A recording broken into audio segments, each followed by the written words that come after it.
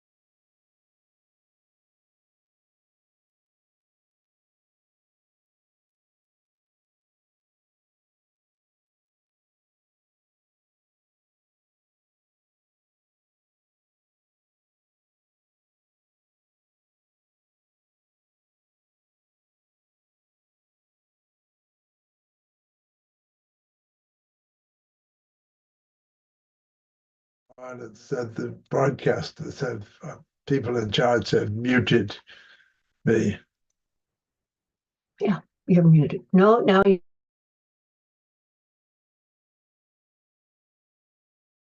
Leave it alone. Don't touch it. Oh, now you touched it.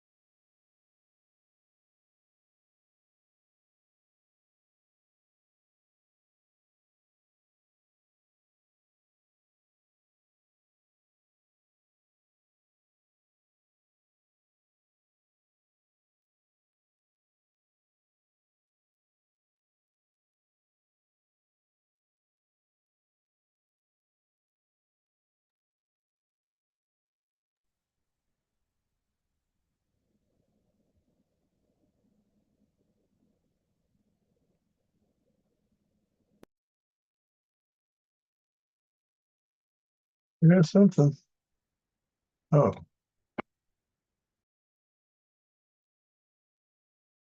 Can't hear you. Cannot hear you. Can you hear us? Hello?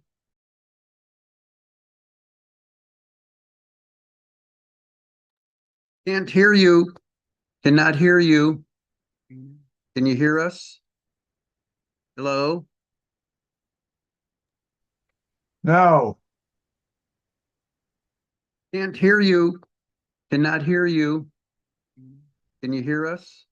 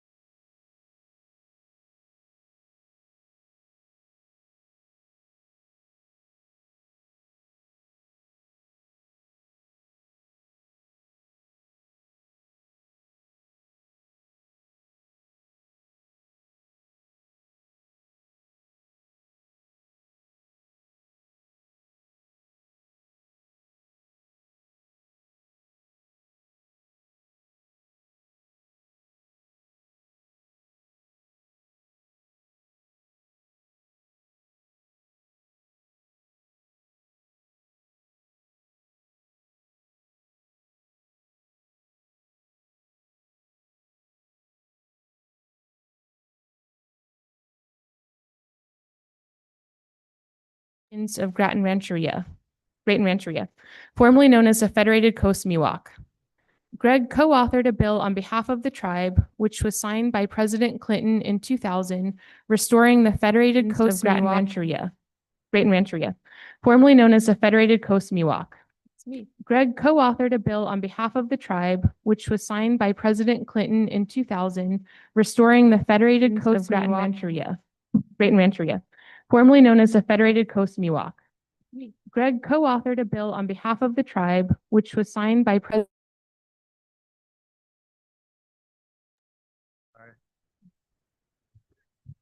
Repeat performance.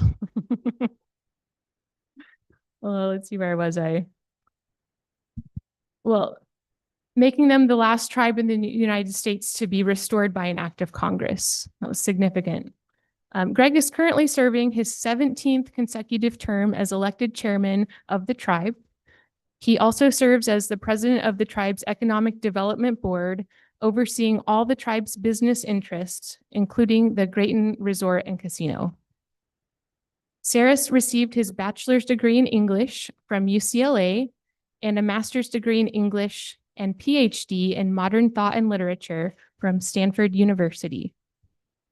Formerly a full professor of English at UCLA and then at Loyola Marymount, Greg now holds the title of Distinguished Emeritus Grattan Endowed Chair in Native American Studies at Sonoma State University. He is the author of several books, including the award-winning novel Grand Avenue, which he adapted for an HBO miniseries, co-executive produced with Robert Redford. In addition to Grand Avenue, he published Watermelon Nights and the biography of Mabel Baquet, which we have on the table over here, entitled Weaving the Dream, along with several other publications, including a memoir, Becoming Story. He is the executive producer of I Am a Noise, a Joan Baez documentary film. He served on the Smithsonian National Museum of the American Indian Board, serving 2 years as chair. Governor Newsom appointed Professor Sarris to the UC Board of Regents in 2023. We're grateful for his service there. Greg was recently appointed to the board of the Sundance Institute, and he is an elected member of the American Academy of Arts and Sciences. His forthcoming book is entitled The Last Human Bear. And now I'm going to turn it over to Forrest.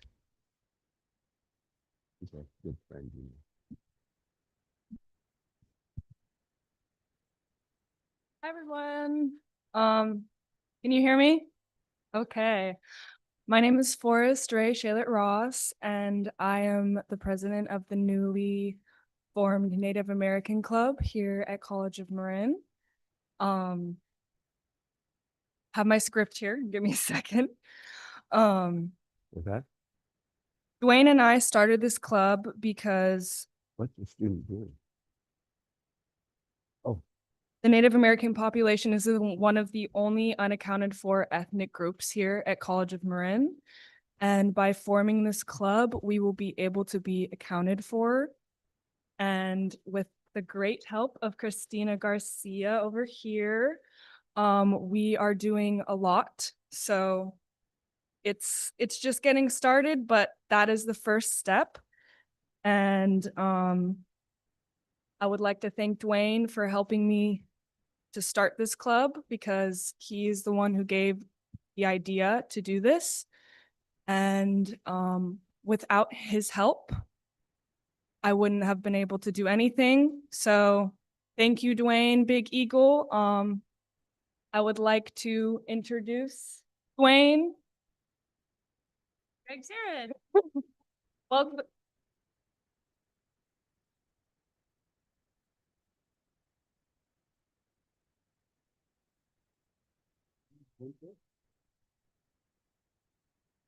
One sits, one stands.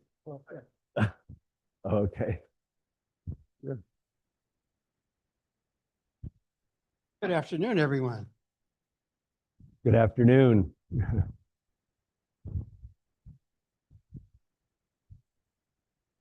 Greg has the microphone. I'll be talking right at this thing. You've heard the introductions. You don't have to do any more of that. I'd like to talk about this book. Thank you, by the way, for this book. Oh, Quite remarkable. I'm very impressed. thank you. And I'd like to start with the title. Who are the forgetters? That's a good one. That's a good one, Dwayne. And first of all, again, good afternoon, everybody, and thank you for coming. I really appreciate it. Before we say anything else, it's so important that we keep reading and reading books. So thank you for your interest. We're up against so much that is not reading, not literary, not truthful, not thoughtful, not imaginative. And books are ways to keep us oxygenated in the brain.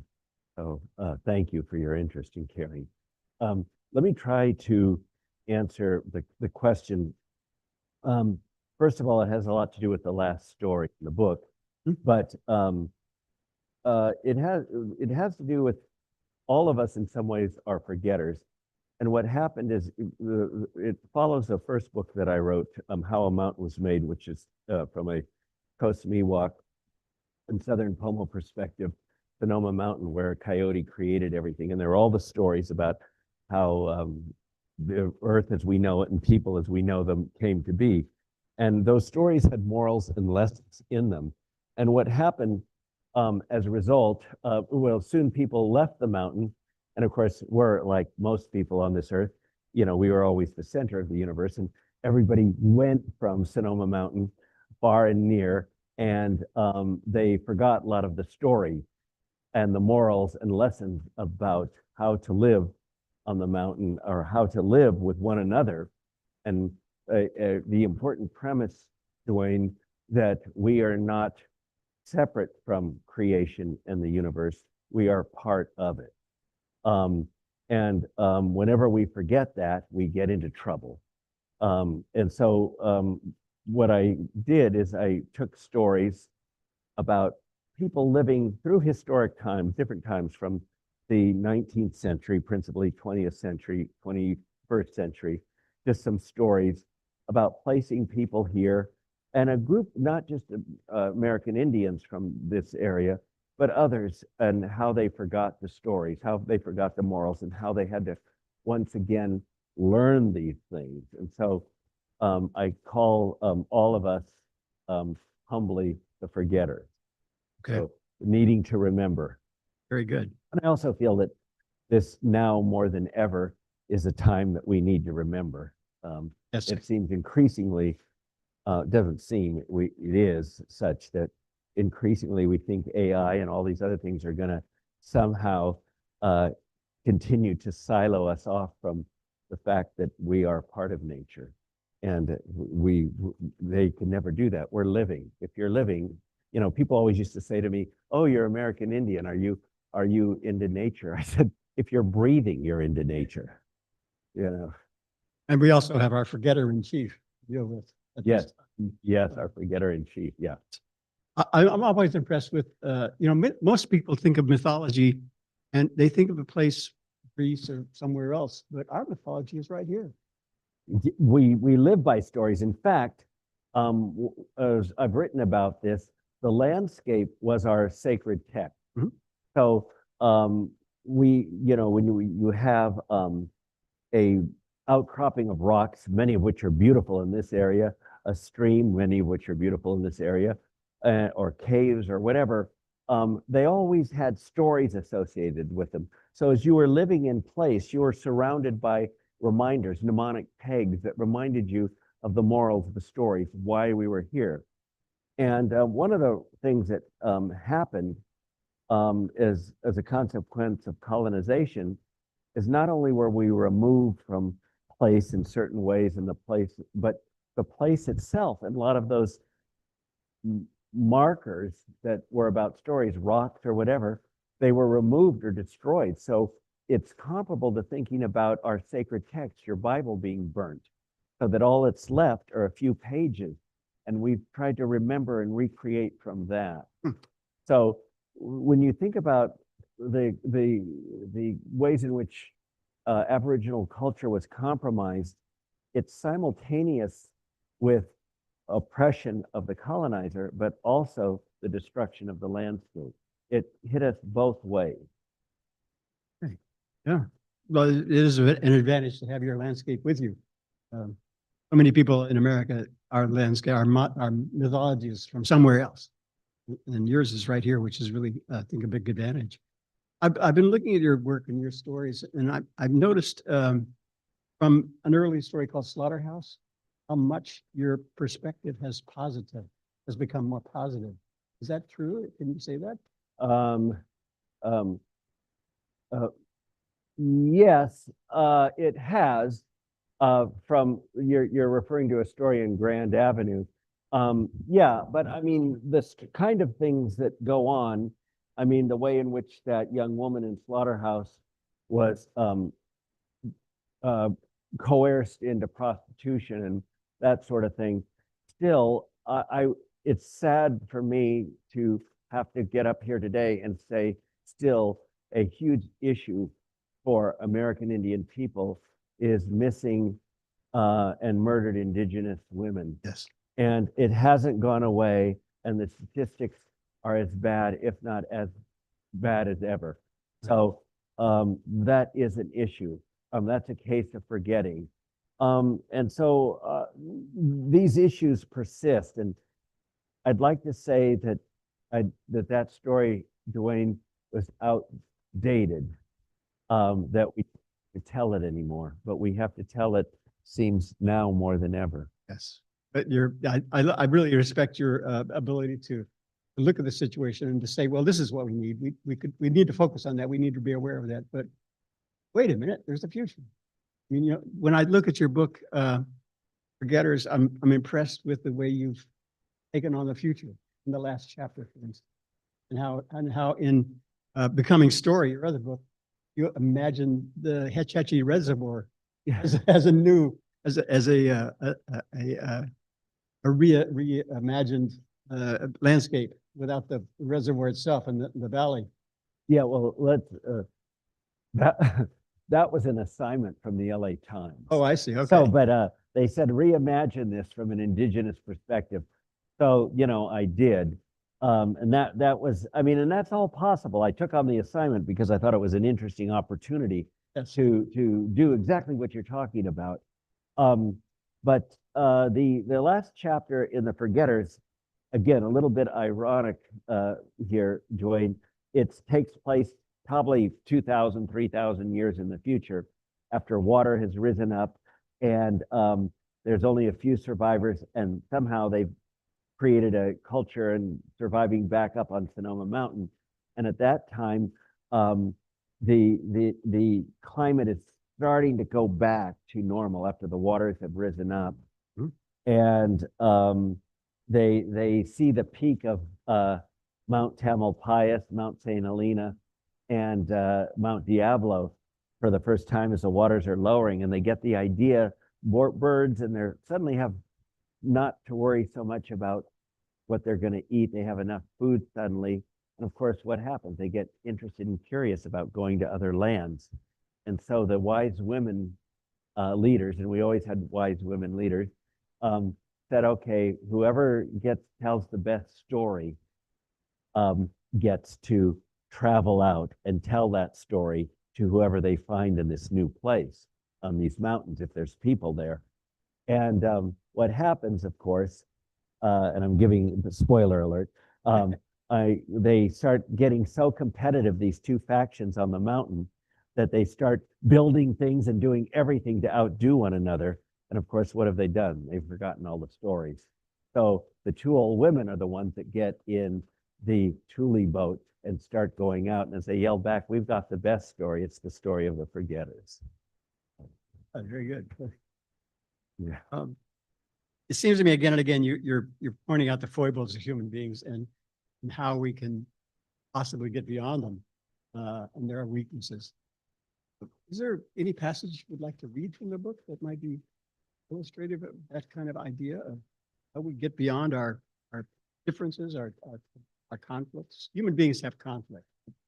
What do we do? I mean, in a way, your last section of the book is a really good model, perhaps, for how we might get beyond our conflict. Yeah, in the storytelling, I have the two Crow sisters who are simultaneously crows and simultaneously human beings. we've broken down that idea of that we're separate. Of course, in the old days, and even some people would argue today, there's those people that can turn into things and that sort of thing. There's kind of that fluid idea of who we are here. But yeah, so I could read a little bit of the beginning of the story of the last story. Maybe I'll read the introduction on the way in, and then just read a couple pages if everybody's doesn't get somebody just clapped, so that's a good sign. All right. So in between each of the stories, the Crow sisters are having a dialogue, and they tell stories as they're sitting up on the mountain. So I'll read kind of the lead into the story and then the best. So they start talking about the last story they heard, by the way, which takes place in this area about a giant sturgeon. You know, in all the, the water's been diked so much here, so that if you go a little north on 101, you see to the right, if you're going north, all that water that's come up. And, you know, that's not going to hold. 101 is going to be underwater before your grandchildren are certainly my age, or your children maybe. But in the old days, that was all a lot of wetlands, and giant sturgeons would come in, and they were as long as our Thule boats and things like that. So anyway, they had just told a story about that sturgeon, but these are the two sisters, the Crow sisters, talking, which will provide the lead in to the beginning of the last story. I like that story about the girl who sees a giant sturgeon, said Question Woman. What did you say? Asked Answer Woman. Aren't you listening to me? Answer Woman, looking over the valley, turned back to her sister. Aren't you listening to me? Question Woman repeated, annoyed. Yes, sister, I hear you. You like the story about the girl who sees a giant sturgeon. Yes. What did you like about it? It was happy at the end. And I understand what you were saying before, how the story, any story, lives on. Question Woman, sensing that her sister was still distracted, said again, are you listening to me? Yes, I'm listening, answered Answer Woman. And then to prove herself added, the story lives on even as it changes, even as the lives of the characters reliving the story come and go. I'm kind of getting it, I think. We keep reliving the stories because we keep forgetting the things they have to tell us. Question Woman took a deep breath then, still convinced Answer Woman was not giving her her full attention. Are you listening to me?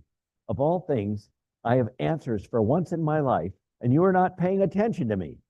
Oh, and don't get smart and tell me that if I have answers, you don't need to tell stories. I can figure that one out too. Okay, I'll admit my mind is on something else, said Answer Woman. Look, she said, gesturing with an outstretched wing to the valley. The fog is coming over the western hills. It is getting late. Soon it will be dark, and we need to get home. Are you so smart now that you've forgotten we can't see in the dark? Oh, please, just one more story, begged Question Woman. Just think how many more answers I might have, how much more in this world I'll understand with just one more story. Oh, and I won't bother you all day tomorrow with questions, I promise. I'll believe that when I see it. Sister, now are you being mean? Please, just one more story. Make it about time again, how the stories last. Okay. I have one about a time we might not have seen yet, the future. What? That's confusing, said Question Woman. Listen, it's the last story for the day. What is it? It's about the people on Sonoma Mountain having a storytelling contest. In the future, listen. The people on Sonoma Mountain have a storytelling contest. They ate fish. Sometimes, if they were lucky, they found eggs. The mountain was a desert, rocks and sage scrub. Recently, colorful fish appeared in the warm ocean water that surrounded the mountain, and sailfish too.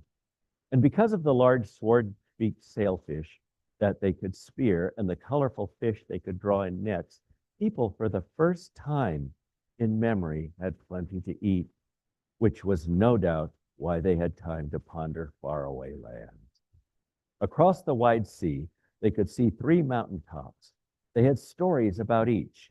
The mountain to the north was Helena. It was a name passed down from people who lived on the land below Sonoma Mountain before the waters rose. And as with the sharp peak to the west called Tamalpais, no one could agree on who or what the names meant, even as they told stories about them. Only for Diablo, the mountain peak to the south, could they remember and understand what the name meant, Diablo being a word for the devil. On their own story, they agreed. When the waters rose, Sonoma Mountain called the good people home. There were two villages, one on the west side of the mountain, the other on the east. Between them, below the mountain's peak, was a long gorge, which in recent years filled with water each winter before it dried in summer. Ducks and geese in ever greater numbers nested along its banks, and birds and their eggs, like the plentiful fish in the sea, providing the people more time to think and to wonder. A head woman from each village formed a court that settled conflict should disagreements arise between the two villages. The woman representing the East Village had to be elected by citizens from the West Village and vice versa. Both had to be skilled in the art of consensus, such that no decision on any disagreement could be arrived at without consensus from both villages. Wouldn't that be nice? After some time, it's fiction, after some time, talk of travel to distant mountain peak turned to which of the two villagers would send representatives out to see first. The two women said there should be a storytelling contest. The village that told the best story would send its representatives upon the water, and they would carry the story to the new land. The people of both villages agreed. It was decided that the contest winners would go to Tamalpais. Helena to the north would be too difficult for the ever-present possibility that a strong flow tide could carry their small boats forever past Helena's peak. Stories persisted about Diablo's violent winds, and who knew what else associated with its name. But gauging the tides correctly, they'd long fished in waters halfway to Tamalpais and returned safely. You must go back to your villages now, and together with your villages, find the best story to tell should you meet people on Tamalpais, said the head woman of the western village. And we will meet at the gorge halfway between our two villages, said the head woman of the eastern village. It is midday. We will meet here the same time tomorrow. We will hear the stories and decide which one is best. Both women were elderly, boundless in spirit and wisdom. They served for many years, fulfilling their duty to achieve consensus whenever disagreement arose between the villages, but also working together should there be a conflict between citizens within the same village. Each knew the citizens of both villages well. The western village, the largest of the two, had the best view of Tamalpais. Its citizens, most familiar with the tides, considered themselves the best fishermen.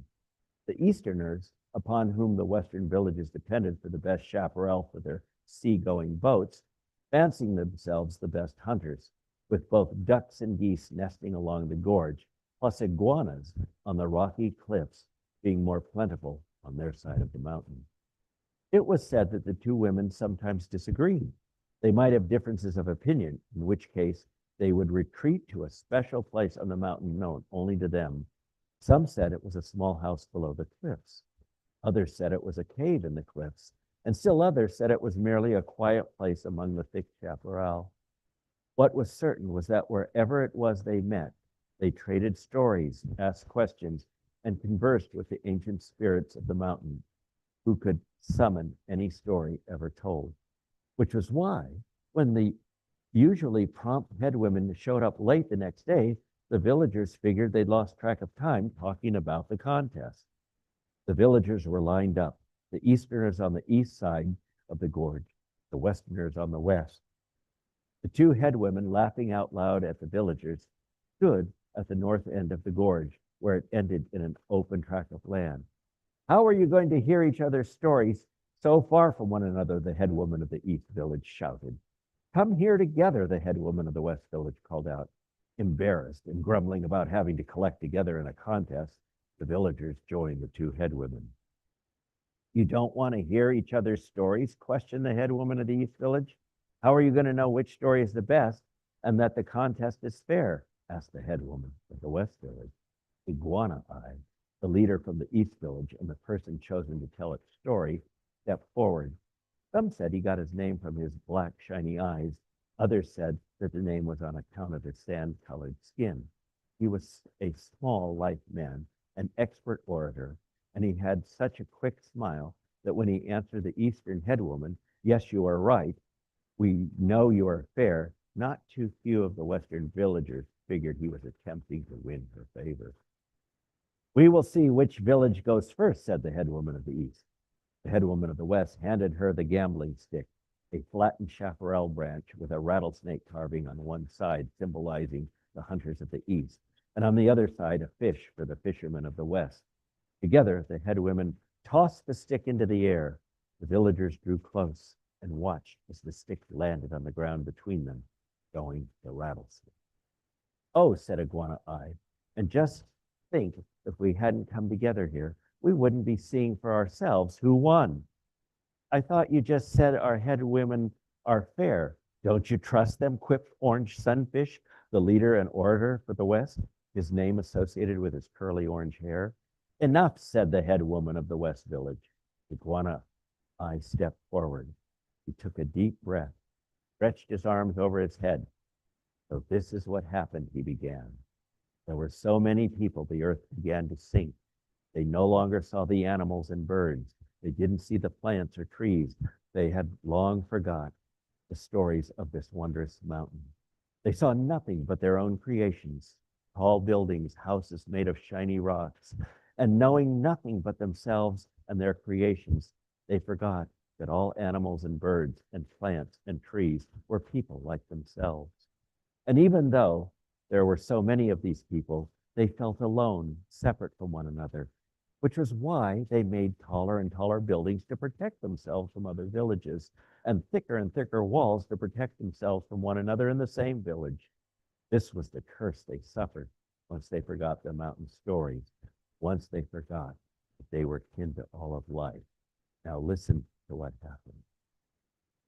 Big.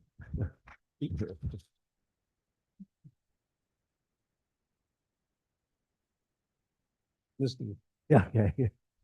I'm told that we should have a little question and answer period. There are questions. Greg, would you like? Oh, sure, I'll answer. I loved it. Yeah.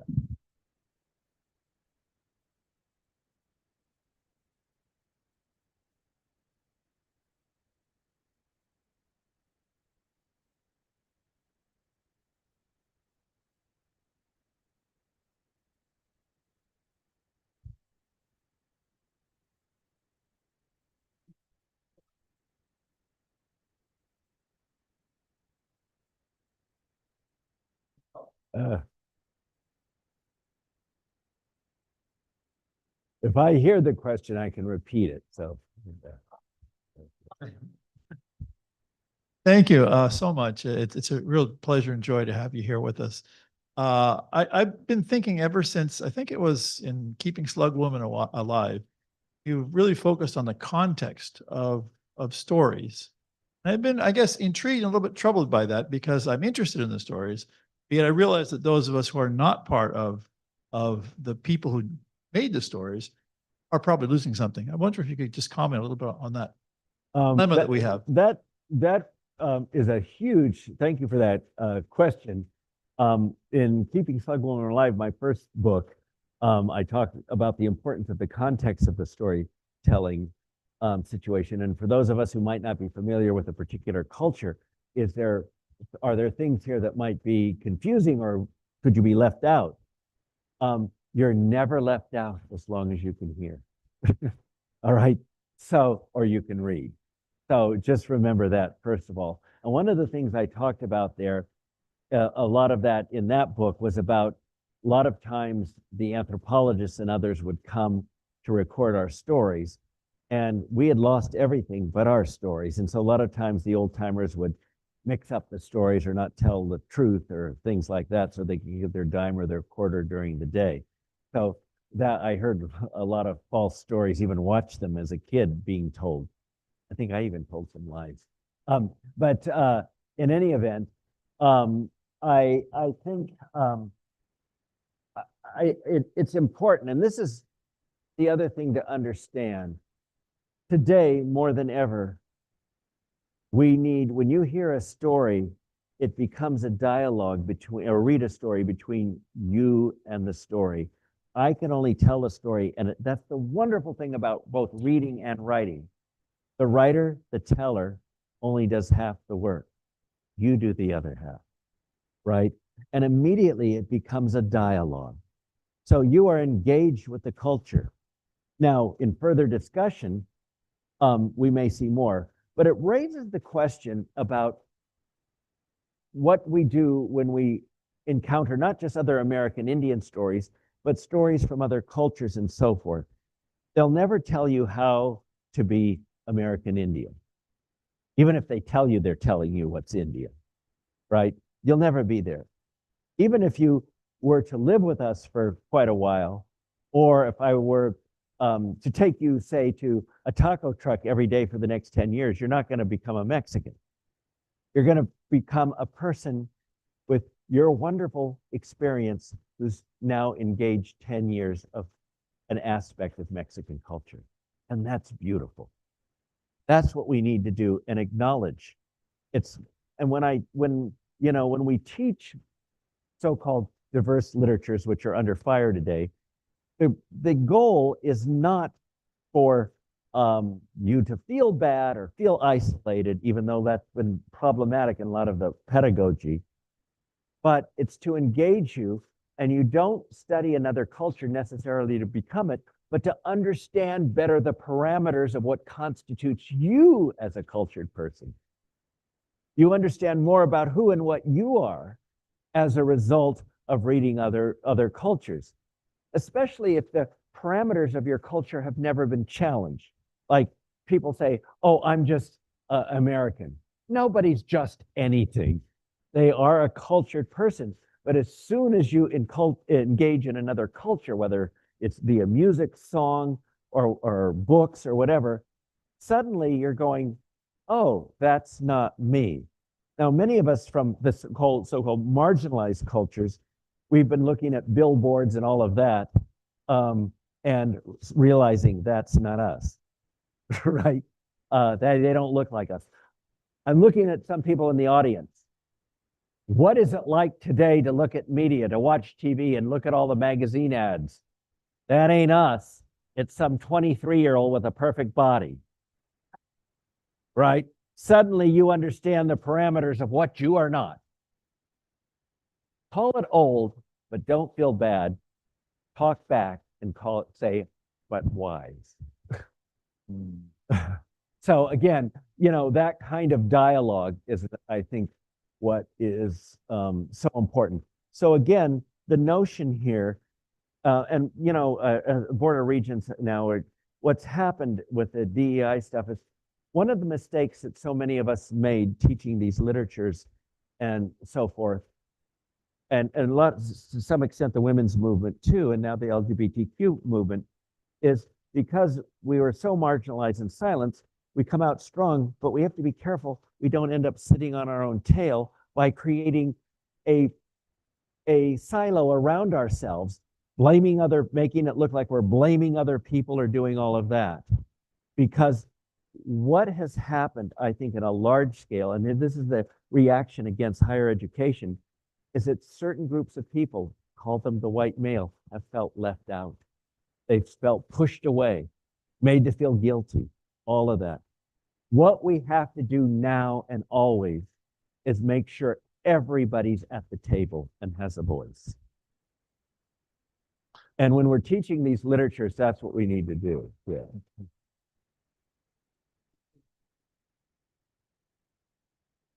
I hope.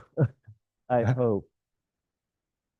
We have a question from Zoom. Oh, okay. Great. We have 20 participants on Zoom here. One question from Danny. Can you talk about realized or unrealized premonitions and what stands out as a cautionary tale? Wanted or unwanted premonitions. Premonitions. Well, Denny, thank you for the question. I'm a little baffled by the notion of premonition. Is that a dream or vision or all of the above in premonition? Because I'll talk to you a little bit about Mabel McKay, who taught me everything I need to know. That woman had more wisdom in her little finger than all the professors I had at Stanford. Nothing against Stanford, that's a pretty high bar, but Mabel's was the highest. She had dreams and saw things. Her premonitions might be, we call it dreams. She was a dreamer. She was a prophet. And 40 years ago or so, I was at Stanford and I had her come and talk, and we were driving home, and she was living up on the Yochidehi reservation at the time, and we were going through Fairfield, and she looked out at the dry hills and she said, everything's going to go dry, everything's going to burn, and we're coming to that point. And this was 40 years ago, before global climate warming and all that was in common parlance, right?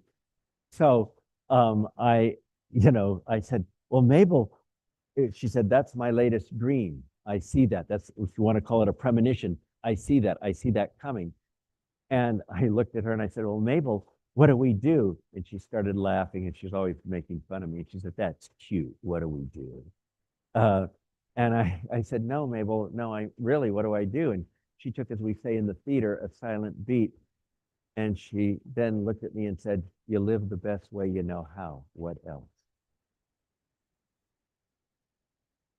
And, another time I'll tell another Mabel story. I had a friend at Stanford who was doing her dissertation in, I think, something in the Renaissance. And I would tell her about Mabel McKay and this medicine woman and all these kind of, as my great aunt Susie used to say, this kind of kooky Indian business. And she wanted to go up and meet this medicine woman who had these dreams and doctored the sick. And so I said, okay, we'll go up. And we drove up, and of course, Mabel welcomed us. And I could see my friend was immediately disappointed, because Mabel looked like all of our grandmothers, hair perfectly coiffed, nylons, a little gold watch, and all of this. And I think she was expecting someone hovering around a bush in buckskins, digging roots with a stick or something. And Mabel, brought us in, and she had chicken soup and little tuna sandwiches and all of that. And my friend, I could see, was so disappointed. Like, I was Indian. I mean, Mabel looked American Indian, but so disappointed. And just talking about regular things. And then somehow we got on the topic of Mabel knew a woman who was in love with a snake. And I saw my friend go, finally, we're going to get something Indian here. And of course, she thought it was a myth, some myth that Mabel was going to tell. But Mabel said, no, it was my friend. I was living up I was married, and this woman was married and living up in Nice in Lake County. And the husband would go out at night to tend the cattle while they were having calves. That was his job. And Mabel said, yeah, my friend came to me and he was really upset. And so my friend said, well, what happened? Of course, I'd heard the story before, but my friend said, well, what happened? And Mabel said, well, her husband went out at night, and she'd always fix dinner for him before he went out. And then he would go out to sit with the cattle all night and work for the rancher. And then she would do the dishes and go to bed. Well, she was just finishing the dishes, and there was a knock at the door. And she told Mabel, something told me not to answer the door. But she said, I did. And there was a very handsome man standing out there, all dressed in black. And she told Mabel, I couldn't resist. One thing led to another. So, okay. So the next morning, the husband comes home, and there was a plate on the table. And in that was a black snake, little black snake, all curled up. And the man didn't think anything of it. Somehow the snake got in the house and just picked it up and threw it outside. Well, that happened 4 mornings. And on the 5th morning, the husband said, "This is not right. Something's wrong here. I'm going to chop up this snake and kill it." And the woman then immediately confessed her transgressions. And then the snake was cut up and all of that. But I guess it kept coming back. The woman said, "He keeps coming back at night. This guy keeps coming back." So my friend says, "Mabel, what did the snake symbolize?" And Mabel said, "I don't know nothing from no symbols." And she goes, "Well, was it a man or was it a snake?" Mabel didn't say anything. We started talking about something else. And then somehow she came back to the story and she said, "Yeah, later that summer," she said, I went to the grocery store in the evening in Middletown, and I had my groceries, and I just sat back down in the car. And she said, "I saw this man come out of the store, all dressed in black, and he was carrying a bag of groceries. And I watched him, and instead of going up the highway, he went down into the dry creek bed and started going up that way." And then Mabel said, "And he was good looking." And my friend just freaked out. She said, "Mabel, was it a man or was it a snake?" Mabel didn't say anything. She said, was it a snake or was it a man? What was it?" And Mabel said, "I don't know, but it was a problem."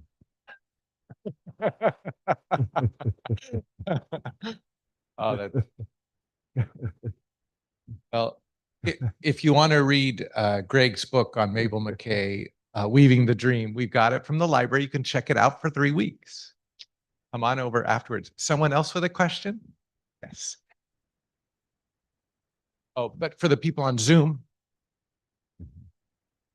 I was just curious. Tell me a little bit about how the elders fit in. What's our role? The elders, for us, elders were everything. I've got the platform, so I'm gonna bitch here for a while. This was the first, right now, we're living in the first time in human history, of human consciousness, where there's a culture where youth is privileged over age. There's never been a situation like this, and of course it's becoming ubiquitous everywhere. What's the danger of that?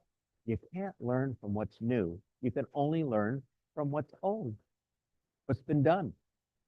So we're in a very dangerous situation, because talk about becoming forgetters. We're not even hearing the stories that might remind us, because we're not, you old people, we don't want, it's always anything that's new, whether it's technology, whether it's bodies, whether it's music, whatever. So in the old days, the elders were central to everything. In fact, around here, the elders, the grandparents raised the children. They lived and raised the children, which made perfect sense. The parents are working out doing things, right? It made perfect sense. So the elders took care, and they were brought the food and taken care of. Also, here in, especially in Coast Miwok territory, even more so than Southern Pomo, usually it was a cohort of 4 to 6 older women who chose the male leader, the chief. And he was mainly also a handmaiden to the dreamers and stuff, but they trained him. You could offer your son, your grandson, your nephew, even your husband, but they made the choice of who they wanted to pick to be the next chief. And once they picked him, they trained him for years in the art of consensus making and elocution. And then he was ready. He learned from women. And the other thing is the central women, particularly older women, is as a result of the ghost dance, or our Bole Maru, our dream dance movement that came in 1870s, most of the dreamers have been women. Leaders have reorganized our religion and kept it going.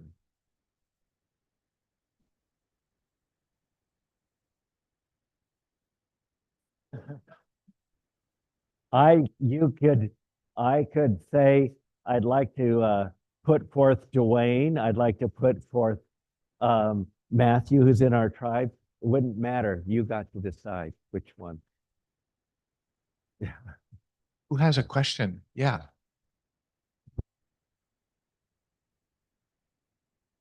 Also, just one other thing, before I forget, I'm getting older. Women had as much power, if not more than men. The most powerful cults were the women's grizzly bear cult. And they were secret and they were international. Women from different nations would join these bear cults. And we didn't have rape, because if we raped or did anything to a young woman, we would get so poisoned and hexed, our mother, grandmother, children might drop dead the next day. Why didn't we have a lot of physical warfare? It was considered the lowest form of warfare because it only demonstrated you had no spiritual power or songs to hoodoo people. So, for instance, if I hit you, that would indicate to everybody here, I had no way else to get you. Just hit me and there'd be no retribution. So people were very careful about what they said to one another, always respect, because you would get hoodooed. And women were considered particularly good at that. There was some, once in a while there'd be a war, but it would get quickly settled because they were worried about poisoning and all that kind of stuff. The old people always used to talk about poisoning. I remember listening to them, someone would drop dead, right? I mean, if you stole something from me or did something to me, or these things would happen. I remember the old people sitting around going, someone had died, and the old people would go, heart attack or stroke. And the anthropologists always said we were cultures predicated on fear and black magic here. No, we were cultures predicated on profound respect for others. Yeah. Sorry. Your book, Becoming Story, is all about place, being from someplace, and stories arising from the place that you're from. And America's heavily urbanized. People move. They don't have any history of place. I'm wondering if you have thoughts about that, or people who need story but have no place that they're from. Well, that's a good and big question about if you have no place. You do have story because wherever you go, you carry your entire life story with you. So remember, you can begin to dialogue with whatever you learn, because what happens with too many of us is that we forget that what is our power is our story, our life story. That's all we have to dialogue with. You're always engaged. Own it. For its shortcomings, its big comings, whatever, tall comings, whatever you want. So trust just to dialogue with that. But that's becoming, and then the danger, though, of not engaging with a place on whatever is you're no longer responsible for it. So as we've got this very mobile culture, we know nothing about the place. We don't feel responsible for its water, its life, anything else. So you can do that with your life from wherever you are, right? To engage with it. That's one of the dangers of that. But that doesn't mean that because you've moved to another place, what does it mean to be in the redwoods here? What do I need to know about this? What do I want to see about this place? Learn. You begin to dialogue with it so that you become responsible. And of course, I say dialogue because it's not a one-way street, this place talking to you. You're talking with it always, with your own experience.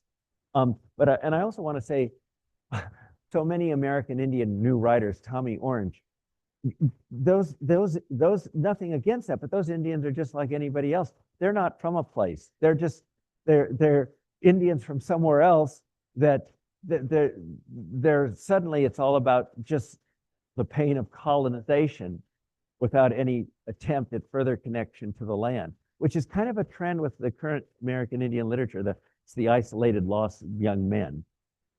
And then their connection to a place is powwow culture, which is from a whole nother area of the country, right? Yes.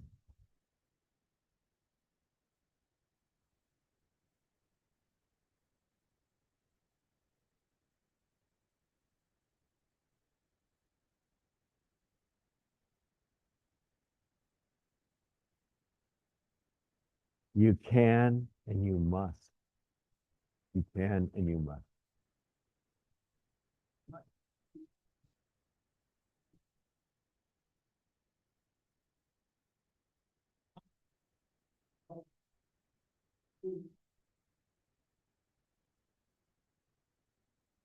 That's a really good example, and I can elaborate on that just a bit because, you know, we were always located on bodies of water, be it a creek, around the lagoon, or whatever. But the people on a creek near or in a mountain area or the foot of a mountain were responsible for taking care of that creek that flowed into the lagoon. If they didn't, the people in the lagoon would be angry and wouldn't trade with them or let them hunt water potatoes there. Likewise, if the people didn't take care of the lagoon, the people upstream could put poison golden poppy seeds in the water and poison the water. So as I always like to say, the health of the water was always indicative of the political health of the different nations. And isn't that still true today, sadly? Yeah. We've got a two-part question here. We understand you started in community college. Yes, I did. I'm proud of that. Well, we are too, because we love College of Marin, and I think you started at our arch rival, but we'll forgive you. Can you talk about your educational journey? Because some of our students, we're all students here, and some of our students are online. Okay, thank you for that question. Education changed my life. I didn't read a book, folks, until 11th grade. I was in and out of school, and most, as I like to say, unlikely to succeed, or as one of my people that I work with says, South Park's finest. If you know South Park in Santa Rosa. But anyway, I began to read, and I did well in my junior and senior year in high school. By the way, the first book I read was The Old Man and the Sea, and I remember feeling sorry for the fish, which was rather inauspicious beginnings for an English professor. But in any event, I went to, because I didn't have good grades in 9th and 10th grade, I really couldn't get into any universities. So I went to Santa Rosa Junior College. And by the way, I had the best preparatory education for what came ahead. A bachelor's at UCLA, 2 masters and a PhD at Stanford. The community college did that, prepared me. So the best teachers, the best caring teachers, and I'll forever do that. Education, and what I learned to do and eventually write about, I couldn't quite articulate it, is so much of what I was reading didn't have to do with what I knew. And I didn't know how to really embrace my story to answer back to so much of what I was reading, whether it was literature about people. I finally got to Stanford, I remember, and I was in the writing program. And, the professor said I was writing about urban Indians, my people, in Santa Rosa. And because we weren't on Pinto horses chasing buffalo, he didn't understand it. And he said, who are these people? You'll never be able to publish any stories. And at that time, in the late 70s, early 80s, everybody was writing what they used to call the minimalist story. And, that was about Sally, who went to Martha's Vineyard one summer and had an epiphany and decided to part her hair on the other side of her head. Well, I didn't know from people like that,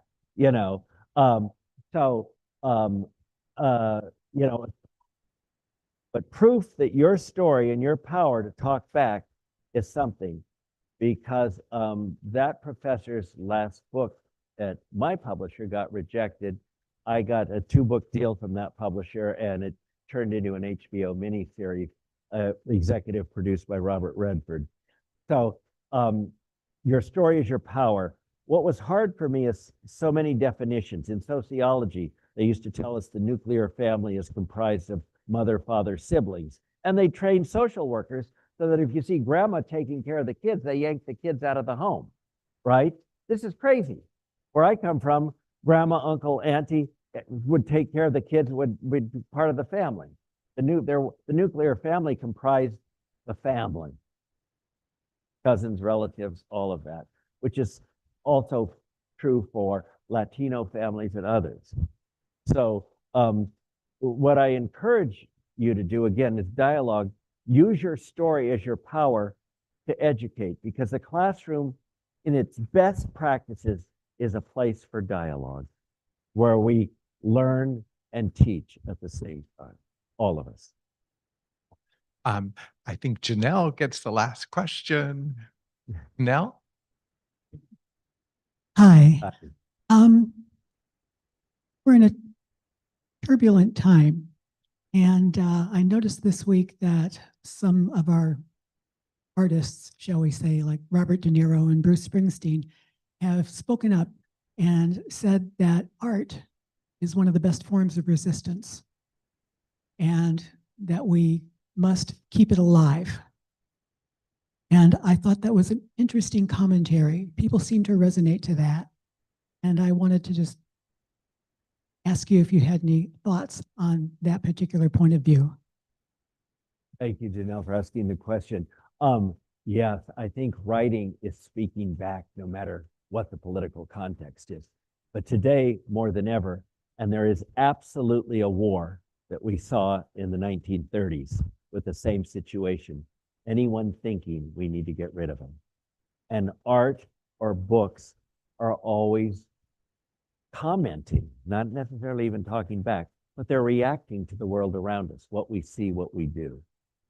And keep writing, keep painting, keep doing theater. And as you see, there is a war against those things right now, be it the Kennedy Center, be it the Smithsonian, being at our universities.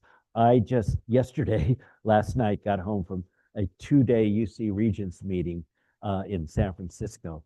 And boy, was that sobering. I wrote the governor this morning, I texted him and said, thanks for cutting us only 3% instead of what was the intended 8%. So that's state money, but we're really under it federal money. And all of our programs, particularly in the humanities and arts, are under fire because there's so much there that is quote unquote DEI. So it's a horrible, horrible situation. But, you know, we could get depressed. And I always tell my students, speak, because this life is not a dress rehearsal. It's the only one you'll die. You get it? And the story, and we have to talk. I mean, and there's ways that I think we don't need to be violent. We need to be respectful. We don't need to imitate or lower ourselves to the kind of name calling we see going on that's become the model. But so much of what's happened right now is a retraction to what people think was a better time, which is it's okay to discriminate, it's okay to put down other people, and it's okay to deport tons of families and all of that sort of thing. He's using this, he can't fix the economy, so he's got to keep in front of the press as if he's doing something. So he's picking what he thinks is a lower fruit, go after the immigrants, who, by the way, are picking the fruit. This is just absolutely ridiculous. And I've had friends that are conservative, and I said, open your refrigerator. And if you can find one thing in there that an immigrant hasn't put in there, I will give you my house. So, and let us not forget what happened in Georgia when they deported all the so-called undocumented workers. Let us not forget what happened there. Their idea was that they would put all the people, the citizens on public assistance, they would put them all to work in the cotton fields and in the peach orchards to pick. Well, those people lasted about an hour and a half out there in that heat. The crops rotted. They lost millions upon millions of dollars. They had those undocumented people back so fast the next season to make your head spin. Notice Georgia, a very conservative place, isn't getting in this conversation at all. They learned their lesson. What's going to happen here in California? And the governor, this is one thing I didn't like, he just saw in his budget, he's going to start making the undocumented people pay for medical insurance, $100 a month. And again, imagine the predicament they're in. We got to think here. They're going to have to go and say, I'm undocumented to get my $100 a month. Why don't you just walk in and get arrested? It's, you know, there's one thing we haven't learned. We have to give thanks and we have to share. And any time in the history of a nation or a culture, when you have an increasing gap between the haves and the have-nots, the nation begins to collapse. I'm not making it up, it's history. You know, I went to school a little bit and learned a few things, but it's you know, it's true. And I'm not threatening, I'm just saying, you know, contrary to popular opinion. Also, you know, cutting out money for climate warming and climate reports, the studies, so that we don't know. That's exactly like the tobacco companies in the 50s deliberately not telling consumers what science was showing, that smoking causes cancer.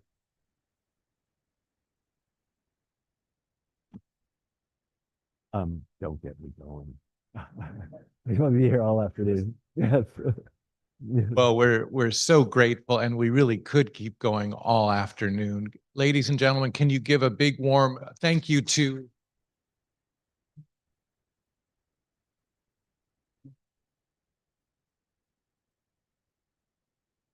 I would be remiss if I didn't point out Matthew Johnson, a tribal citizen here, and Buffy McQuillan, the best tribal citizen who is not actually in the tribe, but in a northern tribe. We kidnapped her, and she's protecting our landscapes and doing so much of the work. So my thanks to both of you. Matthew served on the tribal council 1 year, and he said, that's enough. Somebody at Stanford, when I was being interviewed, they said, 17 consecutive terms. This is an American Indian guy. You know what he said to me, Matthew? I said, yeah. And he looked at me and he said, are you mentally ill?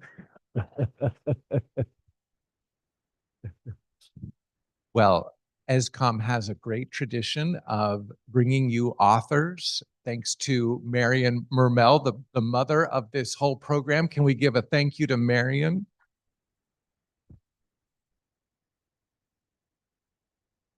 If you could all wave at Zach Dubuck in the back, he's from Book Passage. He'd be happy to send you sell you a book. So let's hear it for Book Passage, our independent bookseller, bookstore in the world. Zach, thank you for coming. And he'll sell books at the end. And I think, can you sign I'll them? be glad to sign them. About right here. And then ESCOM, oh yes, Harvey. ESCOM did a wonderful job of providing food. So let's give a big thank you to ESCOM for the food. Thank you, Harvey.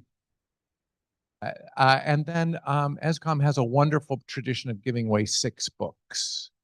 And so please raise your hand for a free book. Is this your first time at College of Marin? Yeah, here at College of Marin. But welcome. We're so glad you're here. And then, yes. Anyone else first time here? What a great idea. Yeah. Raise your hand if we have 3 more. Raise your hand if your name starts with the letter G. Okay, first or last. All right, what? Super. And okay, last name. All right, wonderful. All right, please help me to thank one more. Yes. Would you? Yes. Pass the mic to Leonard, who can give us what we call our elevator speech about what ESCOM is all about. We feel that so many people have heard of us, but really don't know what we do. And if you're interested in joining ESCOM, please come and see Leonard or myself afterwards, and we'll take your name and sign you up. My pleasure. So Emeritus Students College of Marin is a nationally cited lifelong learning program for active adults. We've been in existence for over 50 years. We're 100% volunteer driven, and we offer a rich variety of programs. Most people, when you think of the college, you think of classes. But we don't have classes, we have clubs. And so we have about 20 different clubs that meet online and in person. We partner with Book Passage and bring in incredible authors. We partner with the Marin Commission on Aging. We offer free computer technology workshops. We have another program where we work with college Marin students to help them to maximize their time here. And also we learn about their experiences. We put out a journal every other month of our members' poetry, short stories, and creative writing. There's other programs that we offer. We're putting on a major event next Tuesday up at the Indian Valley campus with the Commission on Aging. But everything we offer, the clubs, the authors, we have monthly guest speakers on local to international topics. Everything we offer is 100% free of charge. And to register, to join ESCOM, which what you need to do, you can either go online to escom.marin.edu or talk to Nancy or me. I'm happy to answer your questions. So please consider, and let's continue to live, learn, grow, and share. Thank you, Leonard. Give another round of applause to Dwayne Big Eagle and everyone.